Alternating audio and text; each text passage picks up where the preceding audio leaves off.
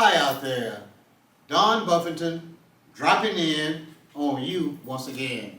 All right, we'd like to welcome you back here to the Lewis Miller Terrebonne Career and Technical High School. Back in my area, we turned our class into the to a business. We call it the IAM, Industrial Automotive. Okay, I do two things. Morning I teach mechanics. Afternoon I teach auto body. When I grew up, I kept hearing this old saying that people would say, you don't get a second chance to make a first impression. All right, we have not posted anything officially on the school's webpage or anything yet because I was waiting for us to make a nice first impression. Hopefully this is it.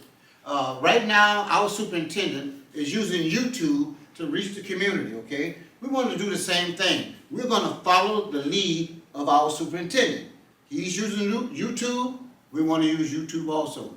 Our school has a Facebook page. We want to post on that Facebook page also. So we're looking at having a Facebook page entry for our school. Our class also has its own YouTube channel. We want to start using that to let people out there in the community know what it is that we're doing here back at Ghetto Customs. We call ourselves Ghetto Customs because we do good work, but we ain't got no money. So we call ourselves Ghetto Customs. Now, back here, we try to take available resources at hand, things that we have, and we try to change them and leave a distinguishing mark. That's our intention.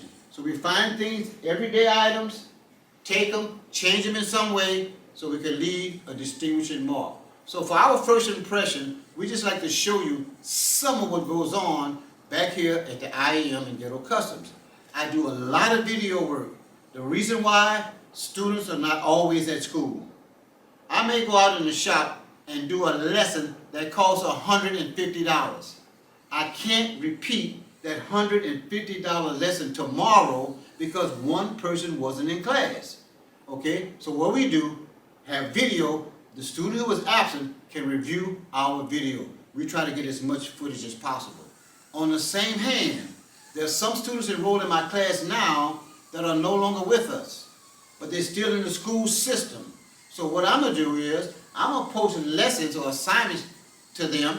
They can go log on and they can watch and see what's continuing to go on here in our class, even though they're not here any longer. All right? That's why I do all the video work. Same thing with the video work.